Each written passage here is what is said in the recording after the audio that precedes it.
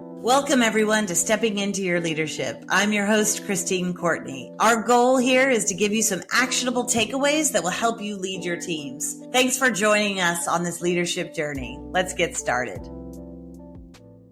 Hey, everybody. Welcome to Stepping Into Your Leadership. I'm Christine Courtney and excited to have back in the studio today Greg Shamie and Tom Armstrong. Hi, guys. Hey. We are here live with more construction again this week. So New York City. We are trying to filter it out for you, but hopefully our sound will come through clear as day. And certainly the challenges that I'm going to put forward to these guys to handle will give us some interesting things to talk about at least. The way it's going to work is I'm going to give a scenario, like a little paragraph, and Greg, I'll throw it to you first, see how you might handle this as a manager, and then Tom, you can tell Greg he's an idiot or tell that would never happen. Very leadership. No, very. Tom would never do that. Or you can add on to what he has to say. No one ever gave me permission before, though, so. I would love for that to happen one time. I would love to have an all-out brawl in here. It'll have to be authentic, but we'll see what happens. Or you can add on, or, who knows? So, and we'll see how it goes. These guys have not heard these before. These are brand new for them. So I'm throwing it to them to kind of, just because in management and leadership, we constantly have things like this thrown at us and we have to figure out how to react in the moment. So these are good practice scenarios for all of us to think about. All right. Here we go. This one, Greg, is called The Manager Who Isn't Managing. So you, as a director at your company, have a manager who works for you who is smart, well-liked, and keeps things running smoothly, but their team is struggling. Feedback shows their people feel confused, undercoached, and left to figure things out alone. There's no crisis, but the team clearly isn't thriving. So how would you support this manager to step up into their leadership, so to speak, without taking it over? What would you do in this situation? Well, it's a great one. I definitely have a trigger to leaders who stay out of the dirt. What do you mean? I mean, you got to get dirty. You got idiot, Greg. What kind of a? You got to get. I'm saying, as a leader, you got. Are we cutting? No, we're not cutting. This is definitely not getting edited out. No, this is very important. Okay, so what do I mean? The leader who sits in their office and doesn't get onto the field and play with the players. I believe a really effective leader needs to have played all the positions and understand all the different elements that each position needs to be working on and accomplishing. And that once I have done that, then I can actually intentionally step out of my office and get into the work with my players and see what they're doing, be able to coach what I'm seeing, validate what's working, really highlighting those positive things, catching them doing great things, and also seeing what's being dropped.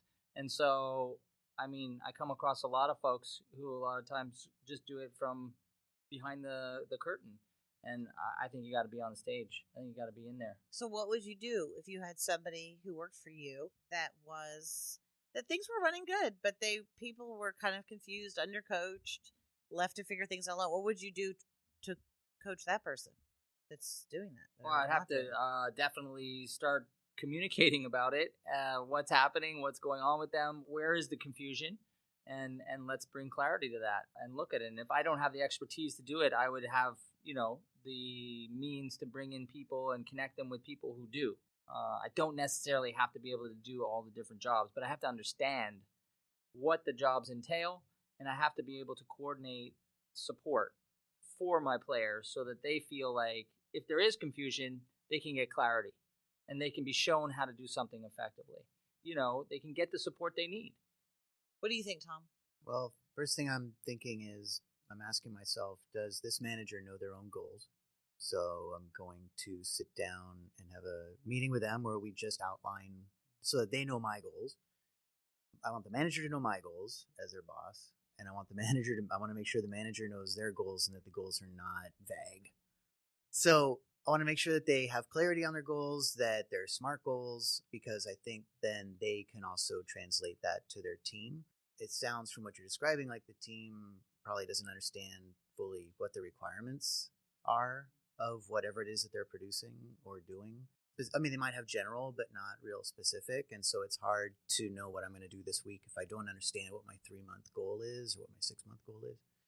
So that's the first thing I'm going to do is just sit down and make sure that there's clarity on that and just ask my manager, what are your priorities? What are your goals? And because those are different things sometimes. And then do the same kind of analysis with their team. I might ask, you have to be careful when you're skipping, meaning I'm going over the manager and talking to their team directly, but I might just ask them, hey, what are your goals? And see if they can just outline them, tell me specifically what they are. And if there's confusion around that, then of course we need to set that up. And it's incredibly common and unfortunate, but it's just when people are so caught up in the day-to-day work and the tasks that they have every day, especially the managers, that they don't realize that their own team doesn't have clarity on the bigger picture goals that they're supposed to be achieving. And are they measurable? And, is there a time frame in which they're supposed to do them? So once that's established, a lot of it will probably work itself out because you have, as you said, a pretty effective manager, well-liked, all that stuff, just not getting the outcomes. And so that, I think, if there's a time frame and clarity around the requirements of whatever it is that they're doing, right, that'll really help. And what you're describing is often a symptom of that not being in place. Yeah. And I think what's hard about this is that people who are well-liked are hard sometimes to give feedback to, critical feedback to, because in a way you think, oh, they're a good manager. People like them. I like working with them. They're easy to get along with. And you forget, like, oh, wait, I'm not seeing, because they have such a good attitude sometimes that you give them a lot of slack without realizing it, unless you're really clear. Completely. I agree. And I think people forget sometimes. I've seen this happen a lot once the relationships are built. And sometimes I have to remind my people, on not necessarily my direct reports now, but it is a conversation I've had where it's like your relationships are very important. They're there to serve the results. Like it's hard to put this because it sounds very cold, but I'm hired to achieve results for the team. That's why I have the salary. I'm earning income in order to achieve results. Relationships are my means to get there. And sometimes people also just feel like, well, I have strong relationships and I know that's important, but that's now the means to itself. So you don't want to ask too much of your team because you feel like it's going to challenge your relationship. And it's like, yeah, there's a balance there, but your relationship is also ultimately so that as a team we can function well in order to achieve whatever result it is that we're trying to achieve. So that can also be kind of a problem, is that people start to feel like, well, I'm just good at building relationships, so I'm good. No, it's not enough. That's not enough. No, it has to be duo dynamic of task initiation and relationship building. You have to be able to accomplish tasks. Again, coming back to the person who's confused or doesn't know it, it's not because they don't want to do a good job that they're failing. It's because they don't know how to do it, right? So back to my point, you want to help that person achieve what they need to achieve in their role. And as the manager, I have to know what that is, and I have to be able to get them the support. Yeah, and I think the first thing to look at is yourself. So I bet you that if I was their boss, then my meetings that they're in, like my team meetings with whether if I have 2-3 managers that work for me, I bet you that I'm not also being as clear as possible, because people tend to then form their meetings based on what goals and objectives we have, and then saying to them, what are the goals and objectives your teams have, and can you report out on them? Because then they're going to start passing that down. But if I'm not modeling that, that's not happening.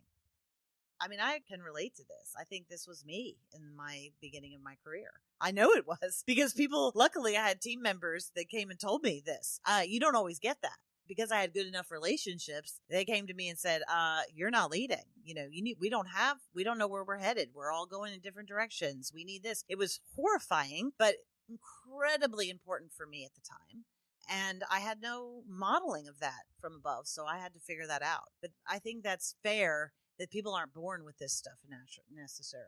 I think you're right. It's either you're going to lean on the results side of things, or you're going to lean on the relationship side based on who you are. And you kind of have to, the management key is figuring out how to have both of those things pretty strong and dance with both parts of that.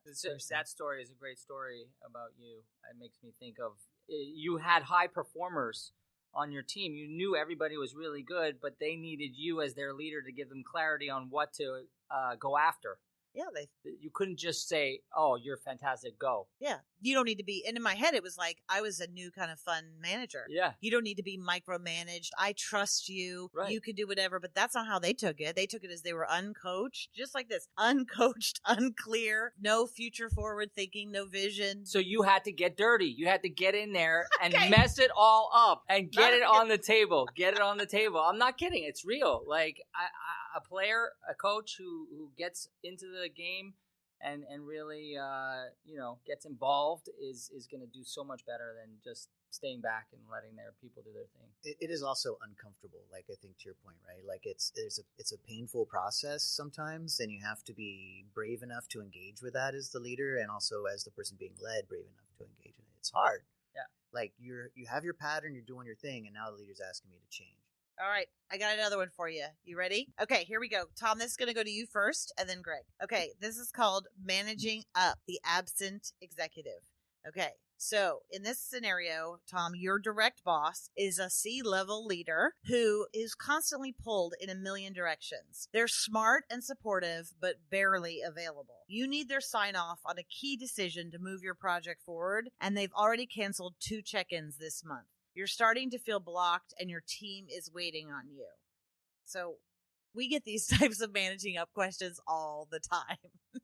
So I throw this to you because this one folks are constantly having to deal with. It's just tricky. Yeah, it's hard. And it also depends on who the person is. But you said, it sounds like you're saying that amenable, just overwhelmed. Like they're approachable when they're around. Like if you could get a second with them. Right. I mean, I don't know. They're not a jerk. But I'm assuming. Right? I'm assuming that. You're assuming they're not a jerk. So, yeah, hard.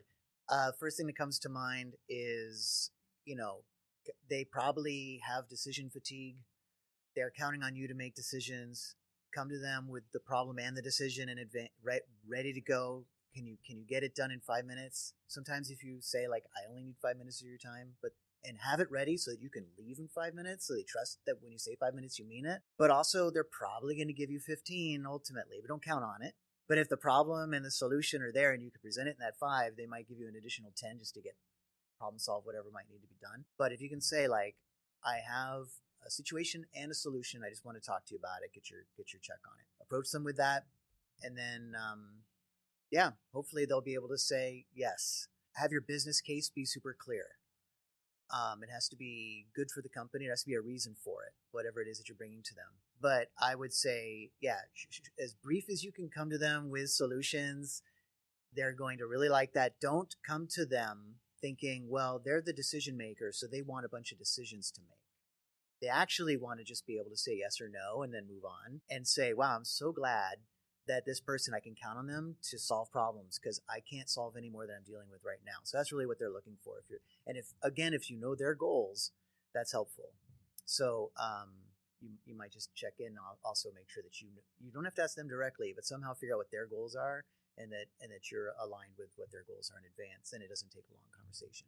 And right. Avoid giving them decisions because that will then just stall it.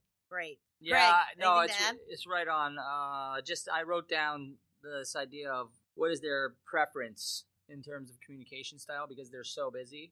And so coming back to clarity and brevity, those are 2 key aspects of how I'm going to communicate with that boss, with that manager. And so being really clear, really brief, and knowing their preference of communication. So I'm going to send them a text and I'm going to get an answer. I'm going to be as clear as possible to get a quick answer from them. Yes, no, let's get on a quick talk, right? If they say that. But again, I'm trying to make it as easy and clear for them as possible. Great.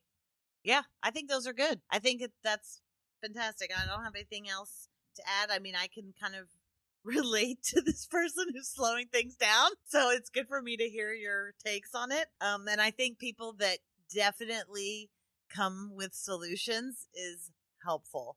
Because most of the time people that are slowing things down are because they have a million competing priorities, and this is not one of their top priorities at the moment. And you being able to say, though, if I get an answer from you on this, it helps me not slow things down the line, is helpful for people to know sometimes that decision is, or that sign off is holding up other things.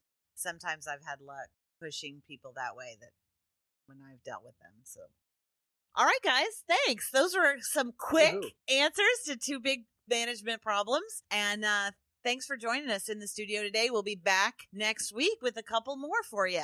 Thanks, Christine. Thanks, Christine.